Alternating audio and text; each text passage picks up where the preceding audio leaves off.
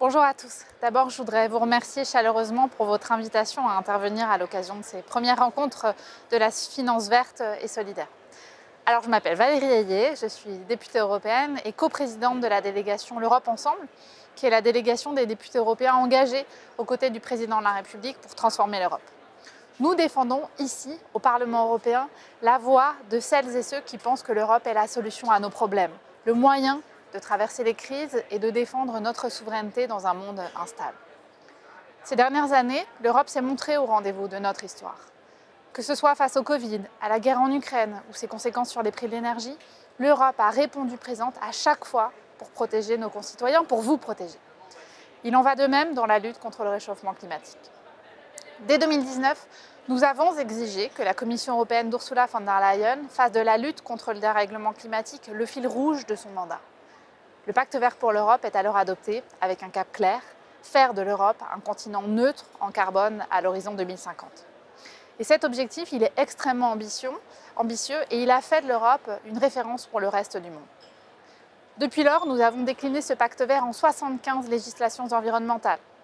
75 législations qui ont d'ores et déjà été adoptées ou sont en cours de négociation et qui changeront profondément nos modes de vie. Je pense à l'interdiction de la vente de véhicules thermiques neufs en 2035 et au déploiement de bornes de recharge pour les véhicules propres. Je pense à la hausse sans précédent de notre production d'énergie renouvelable, qui devra représenter au moins 42,5% de notre mix énergétique en 2030. Je pense encore à l'adoption de la première législation au monde contre la déforestation importée, qui vous garantira que le café que vous boirez demain matin ne sera plus issu de zones déforestées. Avec le pacte vert, nous soutiendrons également les ménages les plus vulnérables dans ces transformations d'ampleur.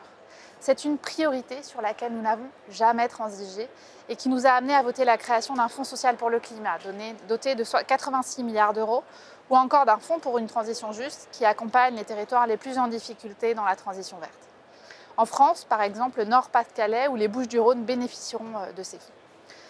Alors bien sûr, il ne faut pas se faire d'illusions. La mise en œuvre du pacte vert coûtera cher, très cher. La Commission européenne estime que nous aurons besoin d'au moins 1 000 milliards d'euros au cours de cette décennie pour financer notre transition verte. Et pour répondre à ces besoins, 30% de notre budget pluriannuel 2021-2027 est consacré à la lutte contre le changement climatique. Et d'ailleurs, le plan de relance Next Generation, doté de 750 milliards d'euros, garantira que la transition verte de l'Union soit également un succès.